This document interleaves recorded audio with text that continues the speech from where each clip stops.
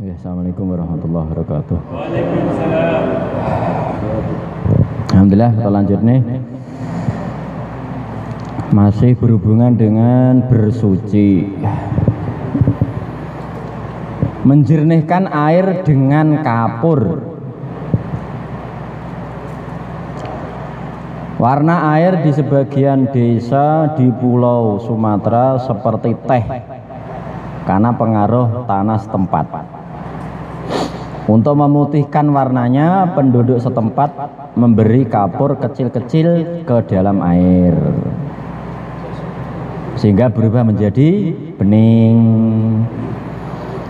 Pertanyaan, apakah air tersebut bisa dipakai bersuci?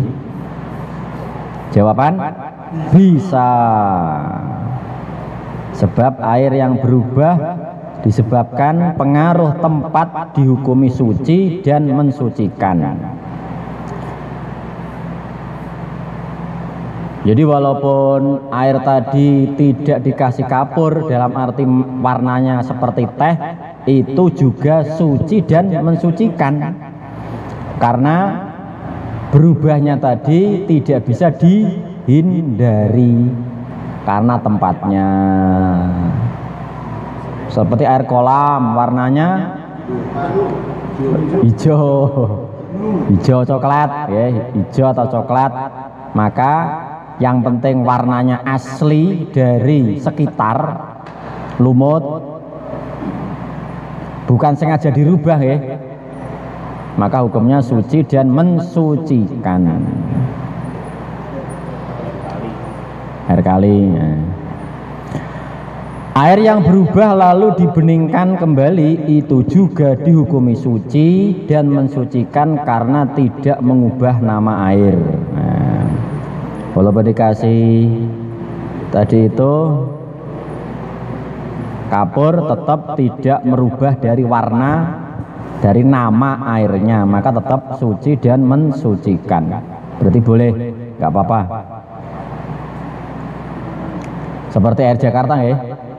Air Jakarta kan dari comberan, dari selokan, kemudian dikasih kaporit, warnanya ya seperti itu, putih lagi, bersih, tapi baunya Masya Allah itu tetap suci dan mensucikan. Walaupun warnanya jadi bau-bau kaporit, tapi kan jadi suci dan mensucikan. Nggak apa-apa, boleh saja. Ustaz, kriteria mensucikan itu belum satu lima itu karena harus hilang rasanya, warnanya, rasa, warna dan bau. Lalu misalnya satu masih ada itu masih boleh digunakan. Tiga kriteria harus terpenuhi. Oke. Anu toh, mensucikan najis. Ya. Kalau salah satu tersisa bisa. Kalau masih satu tersisa bisa. Yang penting dua hilang.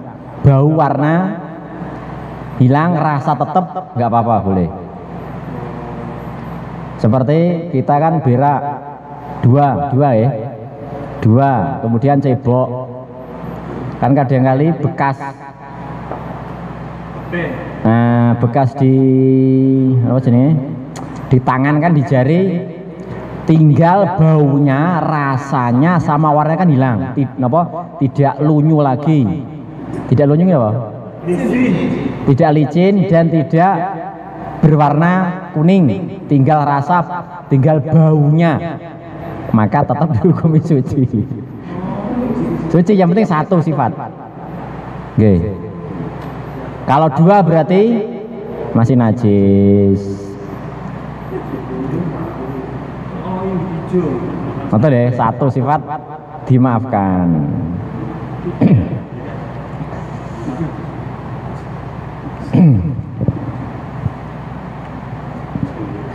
Ini ada betul apa maaf nih, maaf.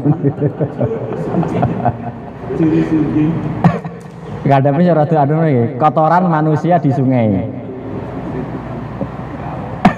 Betul apa ya? Seringkali kita lihat air sungai begitu bening. Namun ketika diamati ternyata banyak tinjak berserakan di mana, di sana sini. tapi tidak sampai mengubah kebeningan air. Pertanyaan, bagaimana status air tersebut? Jawaban, bila kotoran itu jelas kotoran manusia, maka dilihat dulu. Bila gelombang air sungai tersebut sampai 2 kolah dan berubah, maka hukumnya najis. Bila tidak berubah, maka suci. Jadi kalau alirannya niku besar, alirannya besar seukuran 2 kolah, kemudian berubah warnanya, maka menjadi najis. Tapi kalau tidak berubah, maka tidak najis. Bila gelombangnya air tidak sampai 2 kolah, maka jika berubah hukumnya najis, dan jika tidak berubah hukumnya khilaf. Ada yang mengatakan najis, ada yang mengatakan tidak.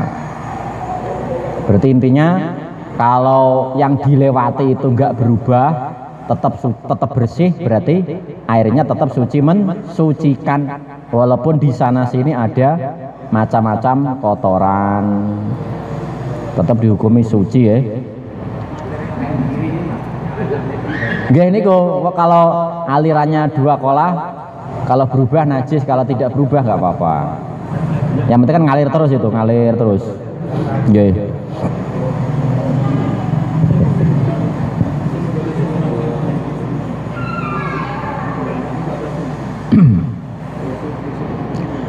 Menulis kaligrafi Al-Quran saat hadas.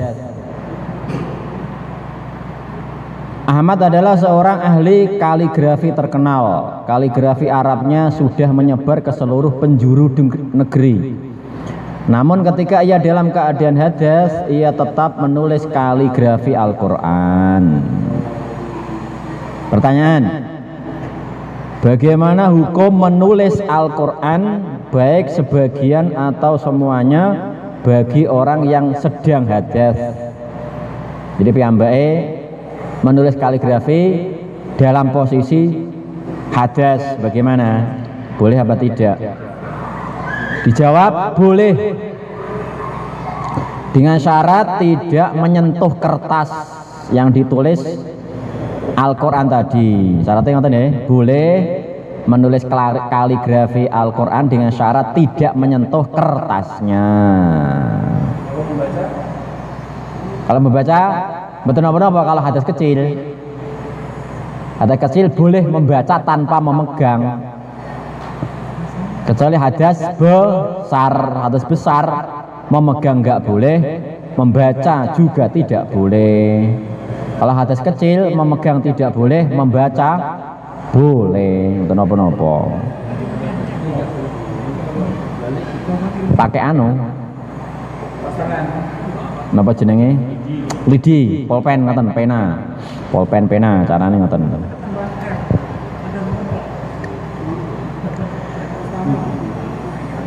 Kaos tangan nggih saged, kaos tangan. Pakai kaos tangan. Sedangkan menurut Imam Abu Hanifah boleh menyentuhnya asalkan dengan menggunakan penghalang satir lah, ini kaos tangan. Boleh. Nulisnya pakai kaos tangan ketika nulis kaligrafi. Juga mungkin ngeprint ya, ngeprint Al-Quran tulisan. Ya, ngeprint motokopi sama ya, motokopi ngeprint yang berhubungan dengan Al-Quran tetap harus pakai wudhu. Kalau enggak pakai wudhu tadi pakai kaos tangan. Ketika motokopi pakai kaos tangan.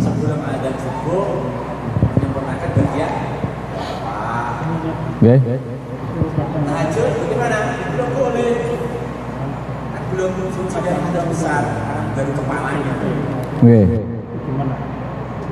Caranya menyimpan gimana atau dibakar?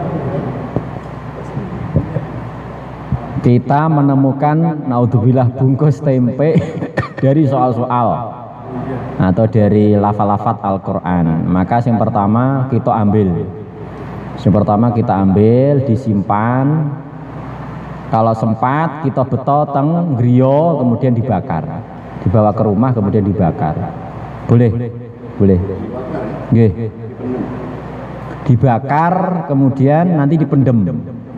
Dipendem tempat-tempat yang tidak terinjak, tidak jalannya manusia. Dibakar kemudian ditanam di tempat-tempat yang bukan lalu lalangnya manusia, atau dibuang di kali, di sungai. Nggih, terbakar. Nggih. Dibakar ya. Nggih, walaupun setengah lembar tetap yang paling bagus dibakar.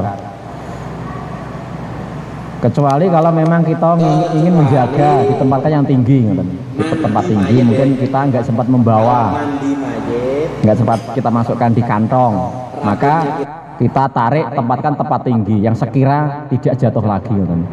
Nah, diamankan. Itu ada cerita seorang waliullah karena menghormati Al-Quran, sobean Al-Quran, namanya Bishr Al-Hafi. Bishr Al-Hafi ini seorang waliullah, termasuk asbab jadi wali Allah karena ketika berjalan di jalan menemukan tulisan Bismillahirrahmanirrahim dan diambil, dikasih minyak wangi, kemudian diletakkan tempat yang tinggi, yang atas, sekira tidak jatuh lagi. Maka tiba-tiba setelah berbuat seperti itu, ada suara tanpa rupa hatif. Suara tanpa rupa. Saya ini HP ya. Suara tanpa rupa. Wih, Bishr Al-Hafi, karena engkau telah memuliakan namaku, maka namamu akan dimuliakan. Makanya menjadi asbab beliau menjadi walinya Allah. Makanya jangan sampai Yasin, Al-Quran ditaruh di bawah. Yasinan Jumat harus di atas, minimal di atas kemaluan ya.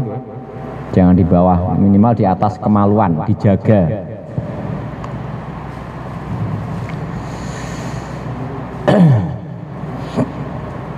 Wudhu dan sholatnya orang bertato.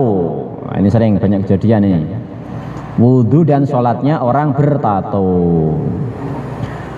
Banyak sekali kita jumpai orang bertato. Kadang di antara mereka yang beragama Islam timbul kesadaran untuk melaksanakan sholat dan punya keinginan untuk menghilangkan tato, bertaubat. Pertanyaan, bagaimana hukum bertato? Jawaban, haram. Haram ya, bertato niku haram. Nggih.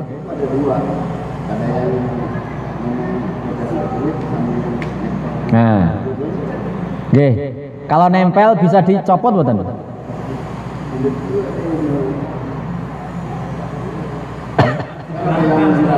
Nggih.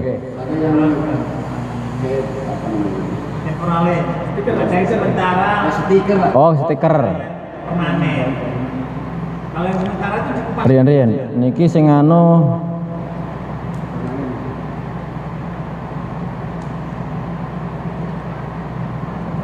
niki sing haram sing wau sing di menyakiti niku, sing ditusuki jarum nggih. Haram.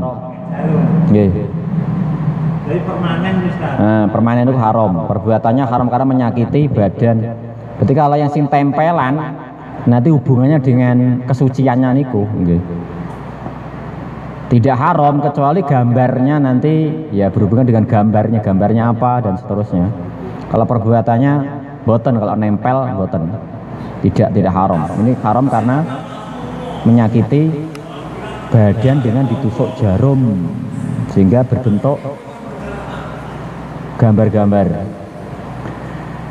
Yang kedua, kalau memang dilarang, wajibkah bagi orang yang terlanjur bertato menghilangkannya? Jawab, wajib menghilangkannya bila dia mampu dan dipasang setelah ia mukallaf tanpa ada paksaan dan tahu akan keharaman bertato. Jadi wajib apabila mungkin, tidak membayai kepada kulit. Berarti kalau penghilangannya dengan cara disetrika, berarti kan menyakiti badan, itu nggak boleh, itu tidak wajib. Wajib ketika memang tidak menyakiti badan dan mampu. Ngoten nggih. Nggih. Yang ketiga, apakah tato dapat mencegah sampainya air pada kulit? Tidak. Tadi yang sifatnya ditusuk tadi ya, ditusuk jarum, tidak menghalangi air sampainya ke kulit. Ya, tidak. Sah. Nggih, sah. Wudunya sah. Nomor 4, sahkah sholatnya orang yang bertato? Sholatnya sah. Sah, nggih, sholatnya sah. Tadi ketika tatonya dimasukkan di kulit wau, ditusukkan ke jarum tadi itu, karena masuk ke kulit. Kalau yang sifatnya seperti stiker berarti wudunya tidak sah, sholatnya jelas nggih tidak sah, karena menghalangi. Seperti anak kecil niku nggih, sing dikerek kalih duit kok. Bisa wonten to, air talit niku.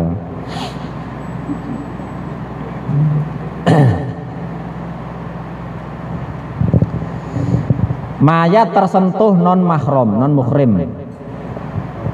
Mahram apa muhrim niku istilahnya? Mahram. Kalau muhrim? Nah, keliru nggih, kalau muhrim niku artinya orang yang lagi ihram. Nah, mahram, yang benar mahram. Kalau muhrim niku salah kaprah. Mahram bukan muhrim, ini penting. Seperti juga istilah sirat. Sirat jembatan di atas neraka niku jangan ditambahi mustaqim. Niku termasuk salah kaprah. Romo Kiai Ujara nate duka teng santri. Pak Kiai, siratal mustaqim, apakah yang digambarkan satu rambut dibelah 7 niko? Apa Kang? Siratal mustaqim. Sebenarnya ojo kok ulangi nih.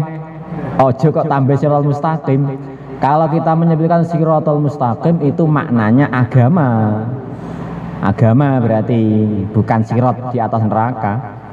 Maka tidak boleh ditambah mustaqim. Sirat kan betul-betul lurus, belak-belok. Sirat mawon. Jangan ditambahi mustaqim, itu salah kaprah.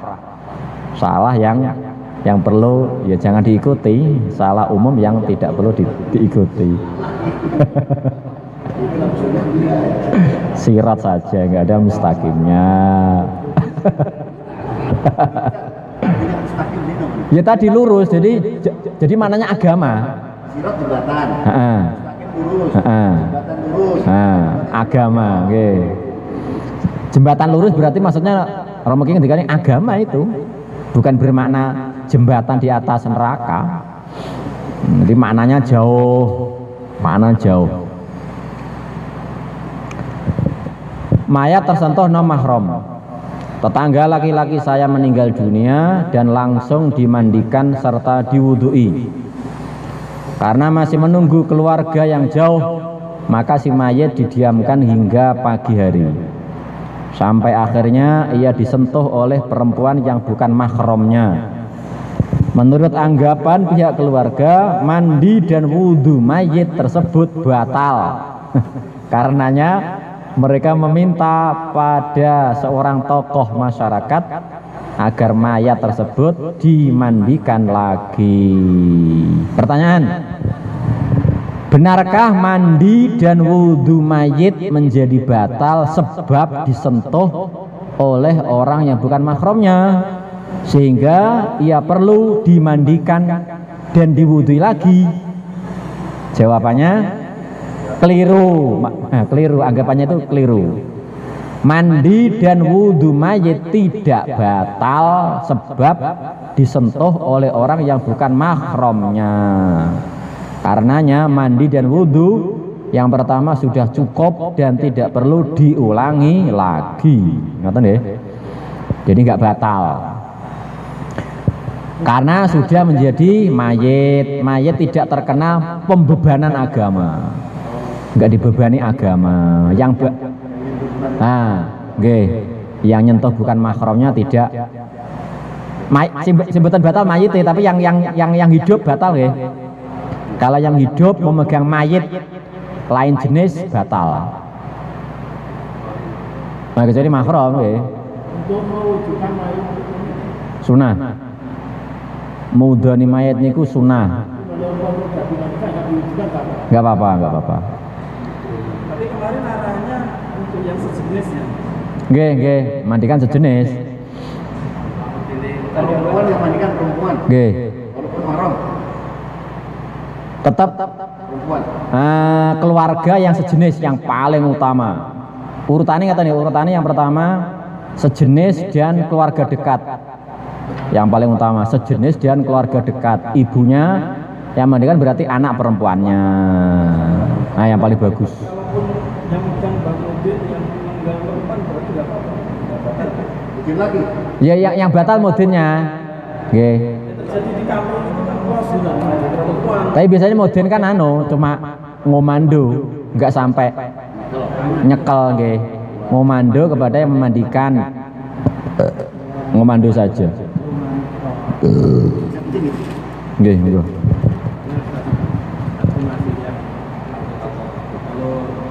ada yang kita tindik itu kalau macam apa? Nggih. Tapi kalau yang laki-laki nggak itu misalkan diminta tolong orang yang non muslim minta tindik gimana? Yang minta tolong non muslim. Nggih. Ya tetap nggak boleh. Nggak usah, nggih, mboten usah. Haram. Bahkan untuk perempuan pun juga tidak disunahkan aslinya. Perempuan tidak disunahkan untuk nindik karena termasuk menyakiti. Nggih. Maksudnya tidak disunahkan. Tapi seandainya nindik pun juga kalau ada hajat tanda perempuan ya aslinya betul disunah nih, tidak harus menindik maksudnya nggih. Kan sekarang kan harus ditindik perempuan, bayi itu tidak harus, tidak sunah maksudnya. Sunahnya bahkan tidak ditindik. Berarti makruh. Ya makruh. Karena kan mesti ya bayi kan mesti kesakitan, nangis. Lah nek sunah niku wajib. Nggih, perempuan itu wajib. Pendapat yang muktamad, sunat untuk perempuan juga wajib. Laki-laki wajib, perempuan juga wajib. Wajib.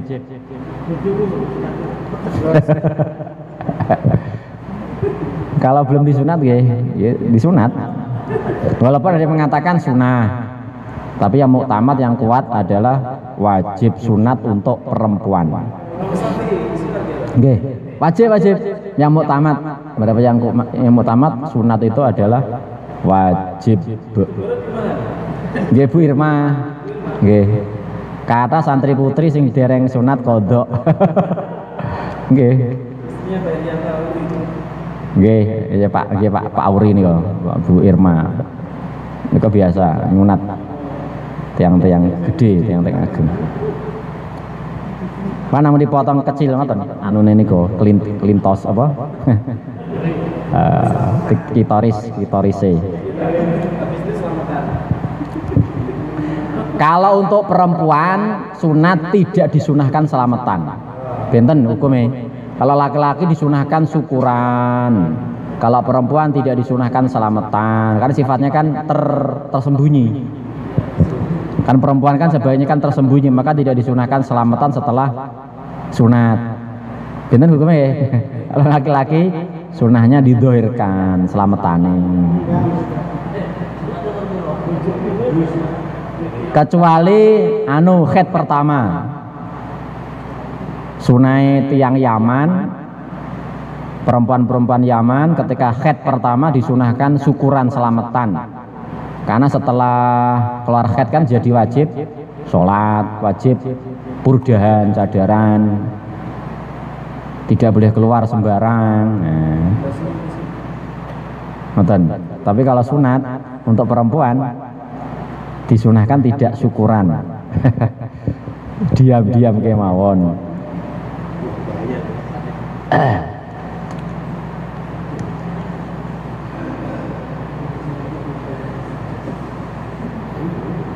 Jam beker bertuliskan Al-Quran.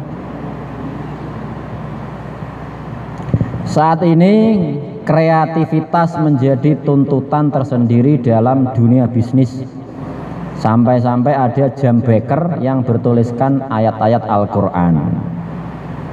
Pertanyaan, bagaimana hukum orang yang sedang hadas memegang dan membawa jam beker yang bertuliskan ayat-ayat Al-Quran seperti dalam deskripsi masalah di atas? Nah, sekarang HP sama lah. Jawaban, memegang dan membawa sesuatu yang bertuliskan ayat-ayat Al-Quran bagi seorang yang sedang hadas hukumnya haram. Haram ya? Apabila maksud dan tujuan penulisan ayat-ayat Al-Quran tersebut untuk dibaca, dipelajari atau dikaji. Jadi kalau HP aplikasi Al-Quran kan jelas untuk dibaca, berarti kalau waktu terbuka kalau dipegang dalam keadaan hadas berarti haram, harus punya wudhu.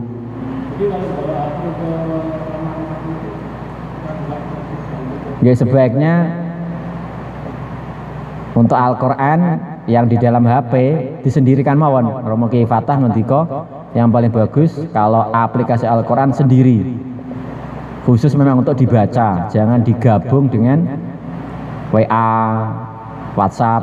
Nah, khusus sendirilah sebaiknya, biar tidak kebawa kemana-mana, untuk menjaga adab. Kecuali kalau memang kondisinya HP-nya satu, dicampur Al-Quran enek, WA ada, FB yo enek, kemudian waktu dijeding yang penting Al-Qurannya enggak terbuka aplikasinya, nggih boleh, tapi makruh, tetap hukumnya makruh karena mengandung aplikasi yang Al-Quran, tapi bukan haram. Namun bila tujuan penulisannya tidak untuk dirosah, diajar, dipelajari seperti dibuat jimat, rajah, maka orang yang sedang hadas pun boleh memegang dan membawanya. Bikin rajah, jimat daripada ayat Al-Quran walaupun batal boleh dibawa, karena niatnya bukan untuk dibaca, niatnya untuk napa? Tabarukan dengan jimat Al-Quran, dengan jimat Al-Quran, maka batal pun boleh memegangnya.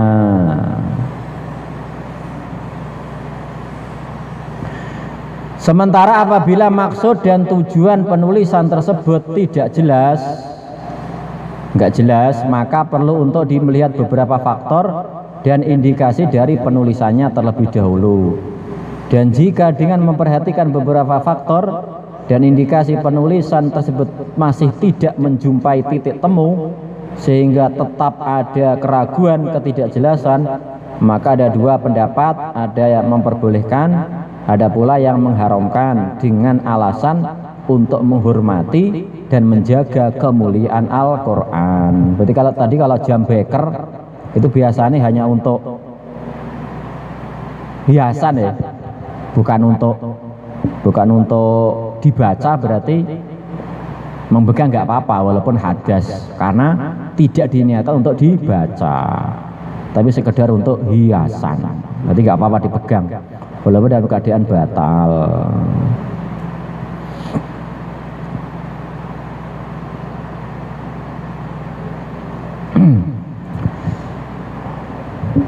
Pertanyaan setelahnya, anggota wudhu terhalang kulit kering. Anggota wudhu terhalang kulit kering. Ali tengah menderita penyakit bengkak-bengkak dan bernanah pada jari-jarinya. Semakin hari bengkaknya kian melebar hingga mencapai kira-kira 2 cm. Akhirnya bengkak tersebut meletus dan kulitnya pun mengering.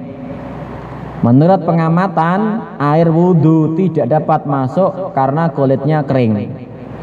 Dan jika ia memaksa untuk mengelupas kulit itu, ia tidak mampu menahan rasa sakitnya. Kan sering nggih? Kadang-kadang kan kecepet itu apa kecepet? Ini kecepet kan hitam nggih? Hitam utawa kebakar ya, kebakar hitam. Kemudian suatu saat kan pecah dan ada kulit yang kering di situ. Kalau dicopot kan sakit banget itu. Pertanyaan, sahkah wudhunya Ali dengan keadaan sebagaimana kulit jari-jarinya yang kering? Wudhu Ali tetap sah, karena kulit yang mengering disebabkan luka bukan termasuk sesuatu yang menjadi penghalang bagi sampainya air kepada kulit. Nah, bahkan kulit tersebut harus dibasuh karena termasuk bagian dari anggota badan. Intinya kita tetap sah ya, tetap sah. Bahkan kulit yang kering tadi tetap dibasuh, disiram, kan termasuk bagian dari bagian badan, anggota badan. Bolehkah dia bertayamum untuk kulit yang kering? Jawaban, wudhu tersebut tidak perlu disempurnakan dengan tayamum, karena masih bisa bersuci dengan cara berwudhu. Ini nggak perlu tayamum, cukup dengan air saja, nggak perlu tayamum. Oke?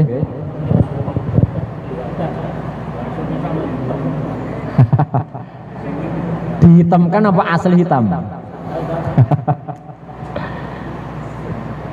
Hitam itu maksudnya bukan tidak bermakna sengaja dihitamkan ya. Ini pemahaman keliru. Ini maksudnya hitam itu memang ada tanda khusus.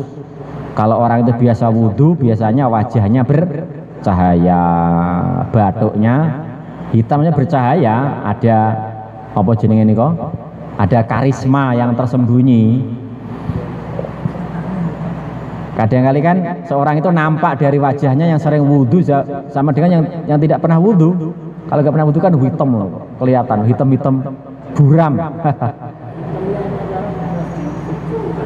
Sedikit temen kita. Lah. Diosrok-osrok. Dia betul saja diosrok-osrok, betul usah. Maksudnya ya kalau ya itu kan termasuk rahasia Allah lah, mboten tidak boleh dinampakkan biar dianggap ahli sujud, kemudian batuknya digosok-gosok, diosrok-osrok. Nah itu kurang pas. Yang ngerti antara dia dengan Allah kemauan, betul saja diosrok-osrok. Bahkan nanti kalau dia niatnya biar dianggap ahli ibadah, udah ditolak amalnya, berarti kan dia riya. Kalau niatnya sampai biar dianggap ahli zikir, ahli sujud, ahli sholat, berarti ditolak amalnya karena dia riya, sombong, pamer. Maka ya sudah, betul masa diosrok-osrok.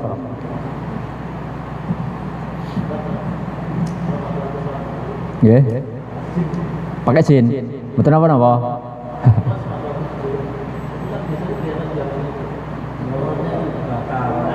Kalau kelihatan di bawah lingkaran udel pusar berarti batal. Nggih. Kalau di bawah lingkaran pusar niki berarti batal. Batal. Makanya paling aman pakai sarung kalau sholat. Nggih.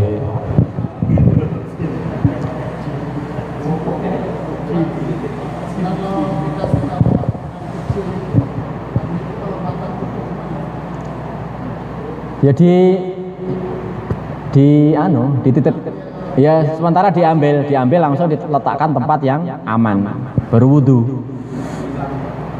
Lah mungkin wudhu apa tidak? Mungkin bisa wudhu apa tidak?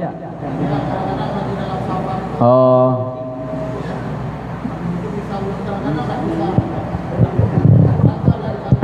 kalau di safar dan tidak mungkin wudhu, caranya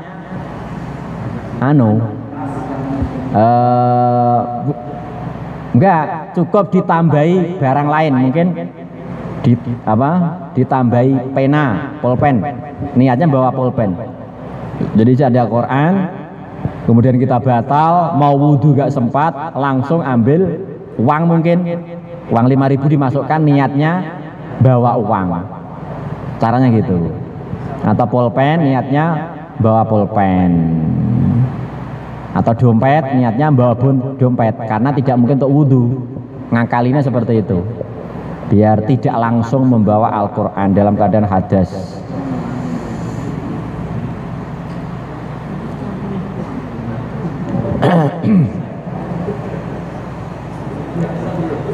Nyiasati, kecuali kalau memang bisa wudhu, ya langsung wudhu, diletakkan, kemudian langsung wudhu, ambil lagi. Kalau nggak bisa tadi itu.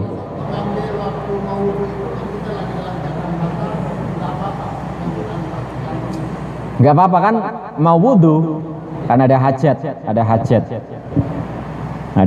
diletakkan dulu.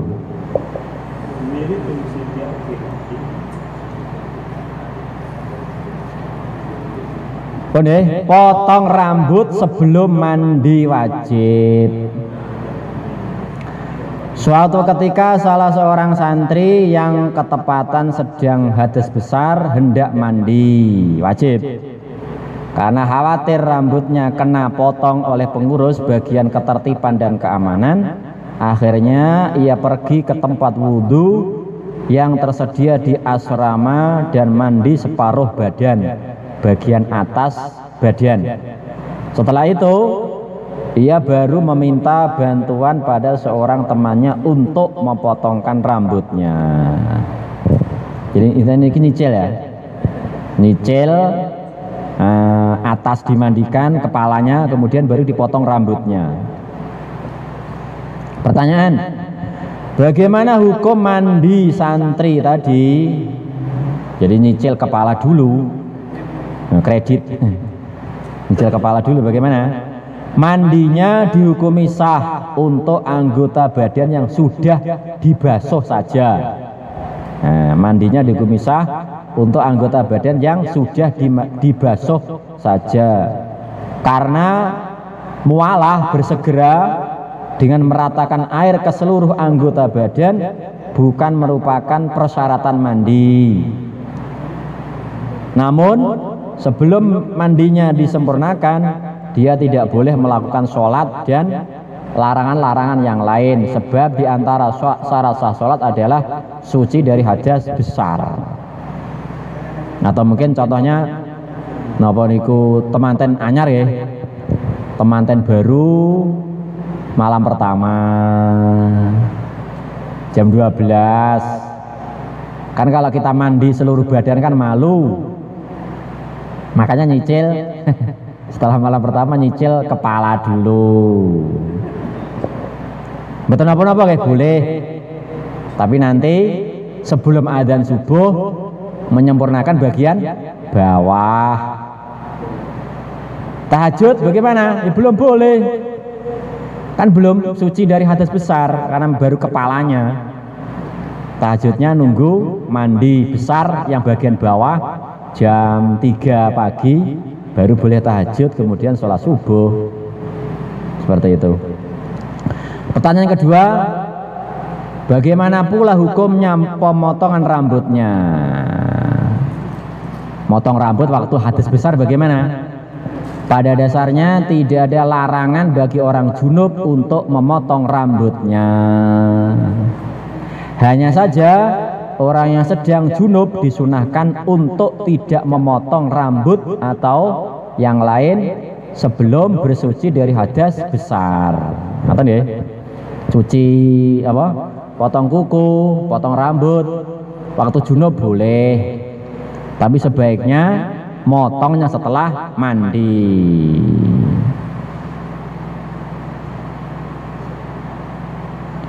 Yang ketiga, seandainya ia memotong rambutnya sebelum dimandikan, apakah ia wajib membasuhnya ketika mandi? Jawaban, rambut atau anggota tubuh lain yang dipotong sebelum dibasuh atau dimandikan tidak wajib dibasuh kembali ketika mandi. Nah, ngoten nggih. Jadi sebelum mandi wajib potong kuku, potong rambut. Maka nanti potongannya rambut, potongan kuku ketika mandi wajib tidak harus diikutkan waktu mandi. Tapi disunahkan saja. Disunahkan untuk diikutkan mandi.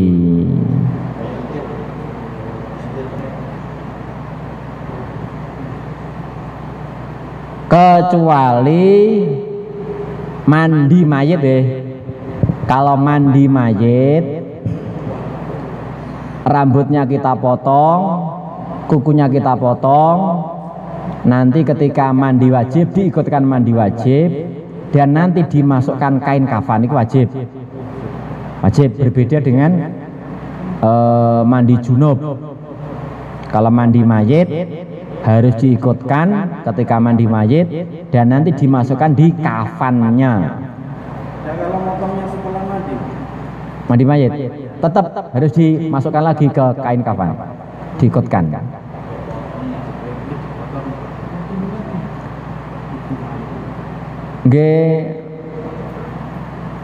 Nggak ada kesunahan memotong, nggak ada kesunahan memotong kuku atau rambut bagi si mayit. Betul sah, betul sah. Nggih, daripada nanti kan perlu memasukkan lagi ke kafannya kan jadi repot.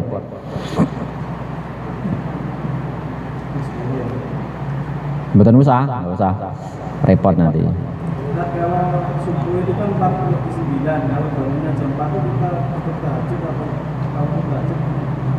Bangunnya jam 4, subuhnya 4:09. Tapi saya tahajud, yang penting kan belum adzan. Tahajud itu yang paling belum adzan subuh dapat fadilah tahajud. Nggih.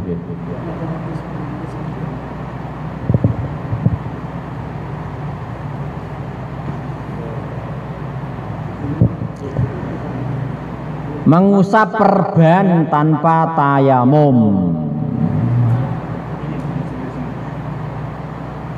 Tradisi yang berlaku di masyarakat apabila suatu ketika anggota wudhu mereka diperban akibat luka atau yang lain, mereka berwudhu dengan cara membasuh anggota yang sembuh dan mengusap perban dengan air tanpa melakukan tayamum. Mereka beralasan jika perban itu telah diletakkan dalam keadaan suci dari hadas. Pertanyaan, benarkah anggapan demikian? Jawaban, bisa dibenarkan karena ada pendapat yang memperbolehkan mandi atau wudhu dan mengusap perban dengan cara tanpa harus tayamum serta tidak disyaratkan meletakkan perban dalam keadaan suci. Ini yang kemarin kita praktekkan yang paling gampil ya. Atau yang paling gampil ketika kakinya diperban, luka diperban, tidak perlu ditayamumi, cukup diusap. Usap dengan debu atau dengan air? Air saja cukup. Nah ini di sini boleh nggak apa-apa. Pendapat yang paling gampil, yang paling gampang sekali daripada campur tayamum, campur wudhu berat, ribet. Nah, maka yang paling gampang tadi itu cukup diusap dengan air saja. Nggih, diusap cukup. Walaupun perbannya lebih banyak dari lukanya, walaupun pakainya waktu hadas, nggak punya wudhu, tapi tetap syaratnya perban nggak bisa dicopot deh. Syarat yang tidak bisa dianyang adalah memakainya perban memang harus dipakaikan, tidak bisa dicopot perbannya. Kalau perbannya bisa dicopot, harus dicopot dan wudhunya harus sempurna.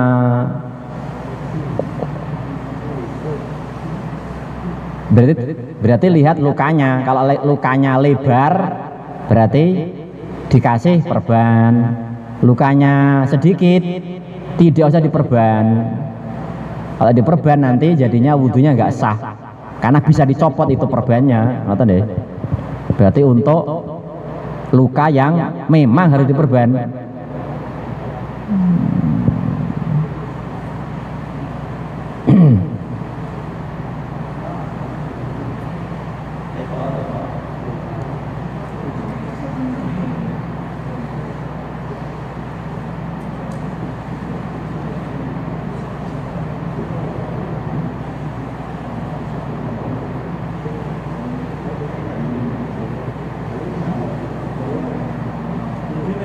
Nggih. Kalau tensioplas itu kan nggak ke dalam air. Jadi pas kena air dia langsung menembus gitu. Kan mestinya nggak tensioplas walaupun lukanya kecil. Ya makanya nggak boleh itu, lukanya kecil tidak boleh tansoplas. Kalau itu tansoplas wajib dicopot. Karena ya tidak terlalu penting di tansoplas. Nggak boleh tansoplas, harus dicopot waktu wudhu. Kalau tetap pakai tansoplas nggak sah wudhunya. Karena perbannya tidak wajib, tidak perlu. Karena lukanya kecil. Airnya itu tembus. Di tensioplas itu tembus. Boten. Nggak tembus itu. Enggak. Itu tebel itu. Tebel. Apalagi wonten apa jenenge kayak ada itunya. Perekatnya. Lem perekat. Berarti karena tanpa kan lukanya kan pendek, itu kecil itu. Lukanya kecil. Harus dicopot. Enggak boleh tidak dicopot, harus dicopot. Karena tidak berbahaya. Iya, darahnya keluar.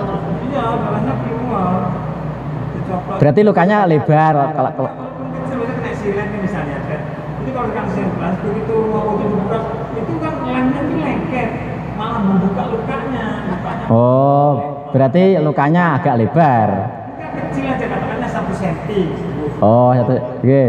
1 cm, bisa 1 cm. Kemarin soal pengalaman dulu saya tensioplas, dulu saya buka malah mengo. Orang bilang nyangkut kodok.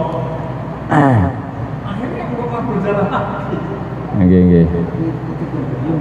Wah, sudah dilematis itu kelihatannya. Nanti kita usahakan, kita cari kajian. Atau pesawat dulu. Tapi kan dari awal kan, makanya tadi kan lukanya 1 cm itu termasuk lebar loh niku. Ujung ya. Lebar niku 1 cm niku. Nggih berarti sakit niku, sakit tadi yang ini sakit, bisa. Karena 1 cm itu lebar, kecuali cuma cerit. Ketusuk. Nah, pokoknya sekira memang lebar dan di tansoplas bisa pakai pendapat yang ini tadi, cukup diusap pakai air cukup, nggak apa-apa, boleh. Karena ya tadi itu harus diperban di tansoplas.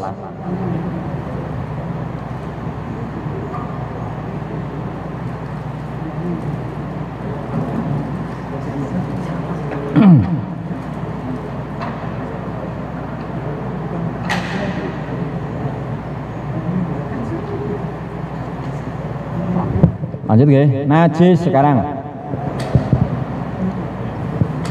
Tersentuh kencing kering. Ada orang yang tengah tertimpa penyakit beser, keluar kencing terus. Dari seringnya keluar kencing, rasanya sulit baginya untuk selalu menjaga agar kencingnya tidak mengena pada sarung yang dikenakannya. Akhirnya setelah sarung yang terkena kencing itu kering, ia memakainya sewaktu badannya masih dalam keadaan agak basah sehabis mandi. Pertanyaan, apakah badan yang tersentuh sarung itu menjadi najis? Jawaban, ketentuan hukumnya terdapat perincian. Apabila najisnya tidak diketahui tempatnya, maka badannya dihukumi suci. Namun apabila diketahui tempatnya dan yakin bahwa badannya mengenai pada najis tersebut, maka hukumnya najis. Berarti tinggal kemantapan hatinya, yakini bagaimana sarung tadi itu. Kalau memang sarungnya itu ada najisnya, kencing dari besernya tadi, kemudian terkena air, udah berarti najis jadinya. Kalau nggak yakin berarti tidak apa-apa, dianggap suci saja.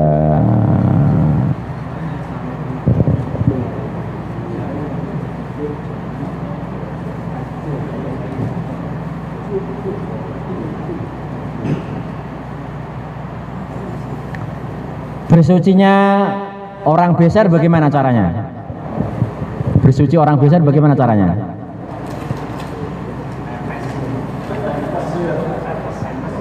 Terus bunti caranya yang pertama. Ulangi, yo. Caranya yaitu ketika datang waktu sholat langsung ke jeding. Waktu sholat datang ke jeding, berarti setiap sholat harus masuk jeding nih gue. Naudzubillah, orang beser.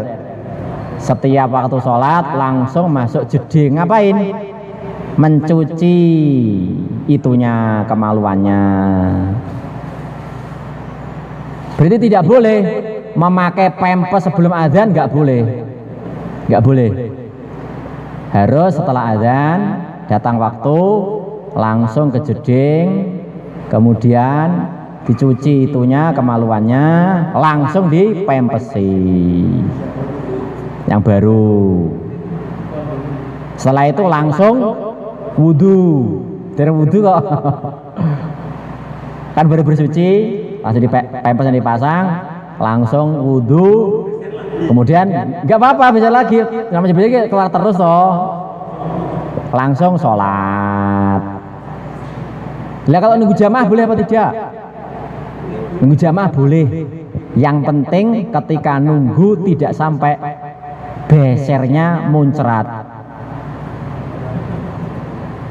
Muncrat tidak sampai mengalir ke paha. Nah, kalau ngerembes berarti kejeding lagi. Jadi kira-kira nunggunya berapa menit? Jangan sampai setengah jam. Bahwa itu mungkin ngerembes banyak itu. Apa? Nggih. Nggih, nggih. Kemungkinan. Apanya? Lihat dikasih kresek buatan depannya. Oh, enggak apa-apa kalau memang bisa. Kalau memang bisa enggak netes boleh tali karet.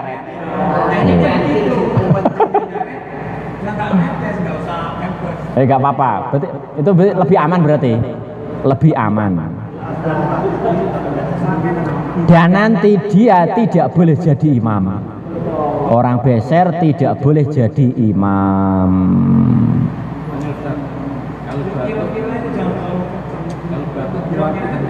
Tapi misalkan kena celana nanti sholat itu celana dalamnya cuma karena panjang saja boleh. Lah tembus teng celana luar belum? Kira-kira. Kalau betul tembus nggak apa-apa. Nggih, mungkin sedikit nggak tembus ke celana luar, maka celana dalam cukup dicopot. Tapi kan kemaluannya juga wajib niku disiram. Nggih. Nah, nggak apa-apa. Yang penting celana dalam dicopot, atau kalau nggak mau nyopot dicuci apa dibasahi ya copot lah, dibasahi, langsung dibasahi.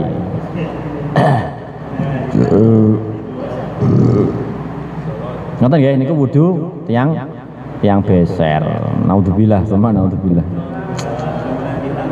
Setiap sholat wajib ganti pempesnya. Pun nggih. Nggih.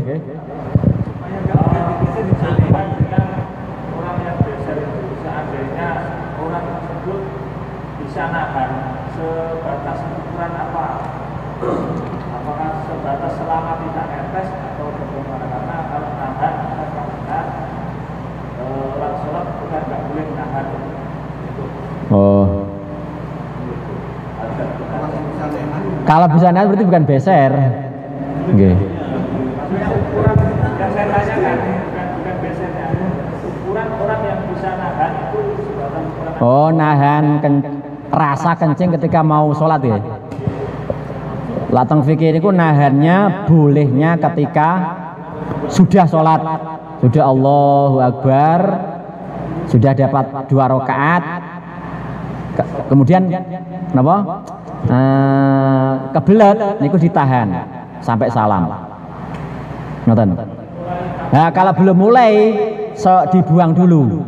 Kalau belum mulai qomat, belum mulai sholat, diutamakan kejeding rien, kejeding dulu, walaupun ketinggalan jamaah.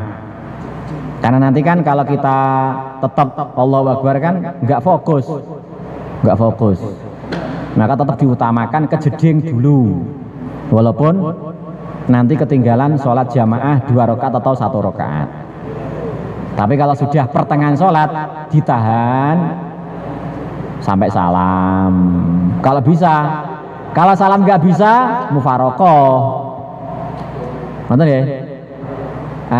Tidak kuat menahan sampai salam, dah sholat sendiri, selesaikan sendiri. Daripada brojol, maka langsung sholat sendiri, selesaikan salam, kemudian langsung ke belakang. Daripada brojol tengah-tengah masjid kan jadinya kan repot. Kalau memang tidak kuat menjaga, menahannya. Insya Allah, subhanallah, astagfirullah.